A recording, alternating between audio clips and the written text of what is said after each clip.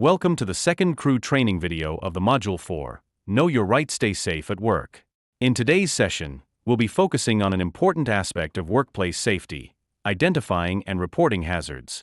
Recognizing potential dangers and knowing how to report them is essential to keeping your workplace safe, not just for you, but for everyone around you. Let's start by looking at what workplace hazards are and how to identify them. So, what exactly are workplace hazards? They can take many forms. First, we have physical hazards, which include unsafe machinery, slippery floors, or exposed electrical wires. Then there are chemical hazards, things like exposure to harmful substances. Biological hazards involve exposure to viruses or bacteria, which is especially relevant in healthcare settings.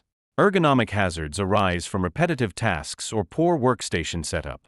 Finally, there are procedural hazards, which occur when there's a lack of proper safety protocols or training. Now, how do you identify these hazards in your workplace?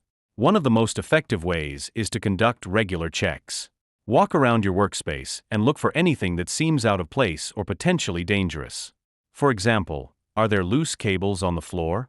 Are employees skipping safety procedures because they're in a hurry?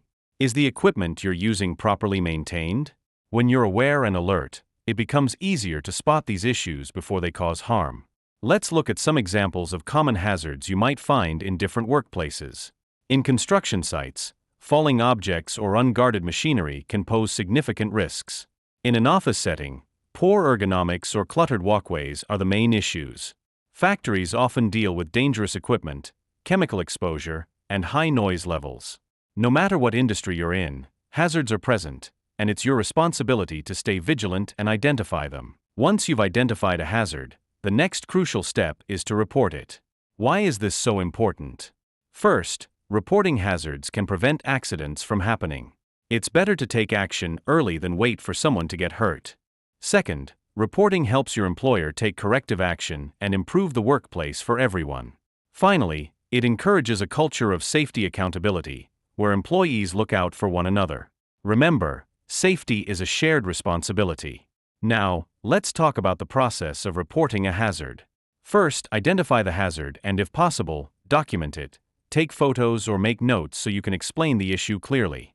Next, notify your supervisor or safety officer as soon as possible. Some workplaces also have formal reporting channels, like HR, safety committees, or anonymous hotlines. Use these channels if needed, and make sure to follow up if the hazard isn't addressed right away. One concern employees often have is whether reporting hazards might lead to retaliation from management. Here's something important to know. It's illegal for an employer to retaliate against you for reporting safety concerns. Retaliation could include being fired, demoted, or creating a hostile work environment. If this happens, you should report it to HR or a regulatory agency. Your safety and job security should never be compromised for doing the right thing. So to wrap up, here are the key points to remember. Hazards can take many forms. Be aware of physical, chemical, biological, ergonomic, and procedural hazards. Report hazards immediately to prevent accidents and injuries. Use the correct reporting channels, and follow up if needed.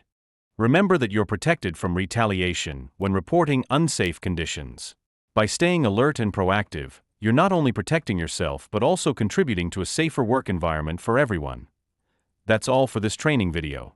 Thank you for your attention.